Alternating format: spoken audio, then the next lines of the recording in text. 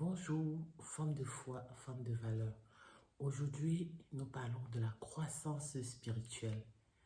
Pourquoi parler de la croissance spirituelle?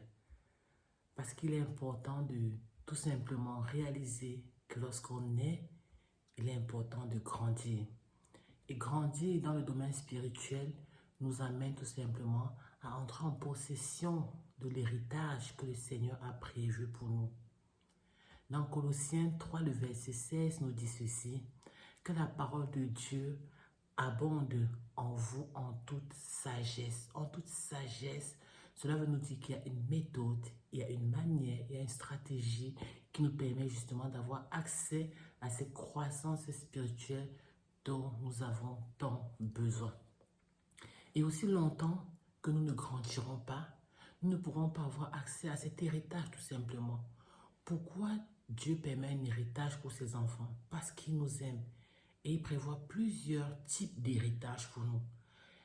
Nous avons l'héritage spirituel, nous avons l'héritage mental, nous avons un héritage relationnel et nous avons un héritage matériel. Tout cela, le Seigneur met à disposition pour nous et c'est pourquoi nous avons le devoir de grandir pour pouvoir avoir y accès. Et dans Jean 17, le verset 3 nous dit ceci. Oh, la vie éternelle, c'est qu'ils te connaissent, toi, le véritable Dieu, et celui que tu as envoyé, Jésus-Christ. Donc, nous devons connaître le Seigneur. Donc, notre identité en tant qu'enfant de Dieu est vraiment la base. C'est pourquoi nous devons savoir sur quoi nous nous appuyons pour avancer. Être enfant de Dieu, c'est vraiment important. Connaître Jésus-Christ, c'est la base sur laquelle nous allons vraiment nous appuyer pour pouvoir grandir spirituellement. Pour qu'on puisse bien se comprendre, nous parlons de notre foi en Jésus-Christ. Et notre foi en Jésus-Christ nous permet justement de nous entourer des valeurs que nous allons utiliser pour pouvoir nous améliorer. Nos valeurs en tant qu'enfants de Dieu sont lesquelles? À chacun de pouvoir identifier les valeurs qui vont pouvoir l'aider justement à se construire. On va parler de la valeur de l'amour, de la valeur de l'honneur, du travail, de l'excellence, du service. Nous allons parler de la vérité et il y a plusieurs autres types de valeurs que chacun doit pouvoir identifier. Pourquoi? Parce que lorsque nous allons bien bâtir notre identité en tant qu'enfant de Dieu, notre identité spirituelle, de cette identité spirituelle va découler justement toutes nos autres identités. Cela va nous permettre de pouvoir manifester la valeur de l'honneur en bien nous occupant par exemple de nos parents, la valeur de l'amour en nous occupant de nos enfants, comme les parents à qui Dieu a confié ses enfants. Cela va nous permettre justement de pouvoir manifester un travail excellent en remplissant bien nos fonctions professionnelles qu'on a. Cela va nous permettre justement de pouvoir manifester la valeur du respect en respectant le conjoint que le Seigneur nous a donné.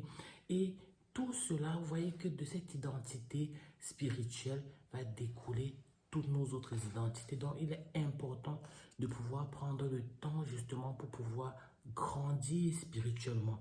Alors, quelles sont les 4 méthodes, les 4 activités que nous devons pratiquer pour grandir spirituellement? La première activité que nous devons pratiquer est la prière. Prier, c'est quoi? Moi, j'aime souvent dire prier, c'est parler avec Dieu, c'est parler avec son Père, c'est communiquer avec lui, c'est échanger avec lui.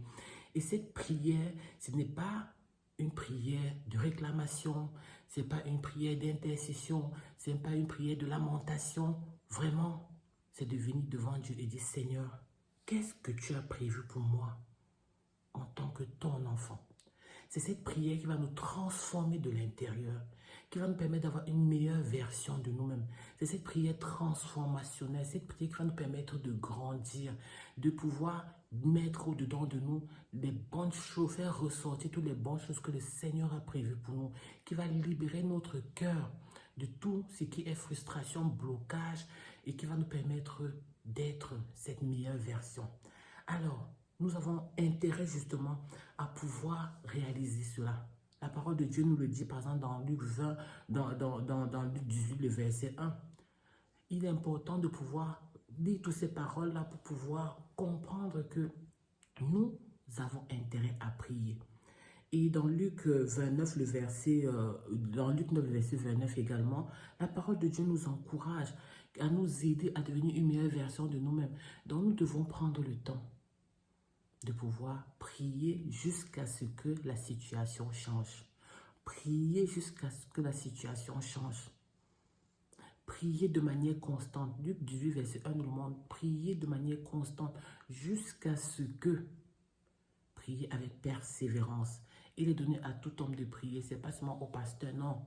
En tant qu'enfant de Dieu, nous devons prier et faire vraiment cette prière à Dieu. Seigneur, quand tu pensais à moi, comment est-ce que tu pensais à moi? Comment est-ce que tu me voyais en tant qu'une mère, en tant qu'une épouse? Qu'est-ce que tu veux que j'améliore dedans de moi? Qu'est-ce que je dois lâcher? Qu'est-ce que je dois revenir vers toi pour avoir afin d'avancer? Oui, c'est en ça vraiment que consiste la prière que nous devons faire. Et prier avec persévérance. Ne soyons pas de ceux qui nous décourageons.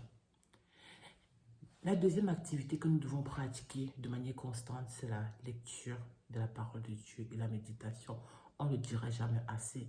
Josué 8, verset 1 nous le dit.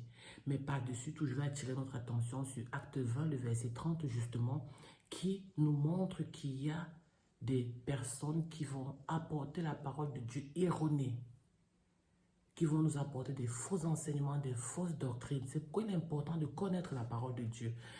Parce que ça va nous aider à avoir le discernement. Lorsqu'on écoute quelqu'un qui va parler de la parole de Dieu qui n'est pas correcte, on saura que ce n'est pas vrai. Donc vraiment, je vous encourage, mettez de manière très intentionnelle, stratégie des actions en place pour pouvoir lire cette parole-là. Et c'est ainsi que cela va vous permettre de grandir spirituellement, La troisième activité que nous devons faire vraiment pour pouvoir grandir, c'est d'avoir une communauté. On appelle ça le disciple, des groupes de personnes qui prient ensemble, qui échangent ensemble. Je crois que des personnes vont aller dans des églises, souvent des groupes de maison, mais toujours dit qu'il ne faut pas être seul. Parce que le diable, c'est quoi? Sa meilleure stratégie, c'est d'isoler, apporter des mauvais enseignements, isoler la personne et mieux le détruire.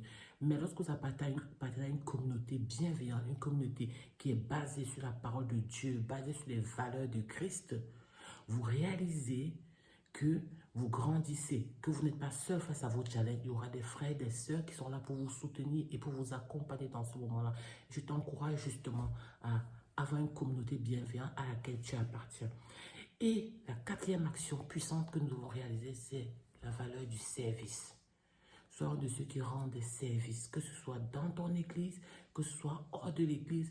Dieu a préparé des bonnes choses d'avance que nous devons accomplir. Et en tant qu'enfant de Dieu, il est important d'identifier ces bonnes choses à laquelle Dieu t'appelle.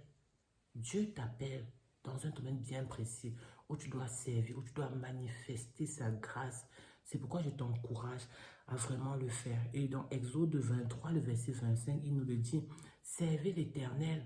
Nous devons servir l'Éternel. Alors, donc, pour grandir spirituellement et avoir accès à l'héritage que le Seigneur a prévu pour toi, il est important d'être cette femme de prière qui prie de manière intentionnelle, avec persévérance. D'être cette femme qui lit la parole de Dieu, qui l'étudie, d'appartenir à une communauté bienveillante et d'être cette femme qui sert le Seigneur. J'espère vraiment que tu pourras aller à un autre niveau dans ta croissance avec le Seigneur. Persévère jusqu'à devenir la meilleure version que le Seigneur a prévue pour ta personne. Que le Seigneur te bénisse. Passe une bonne journée. Au revoir.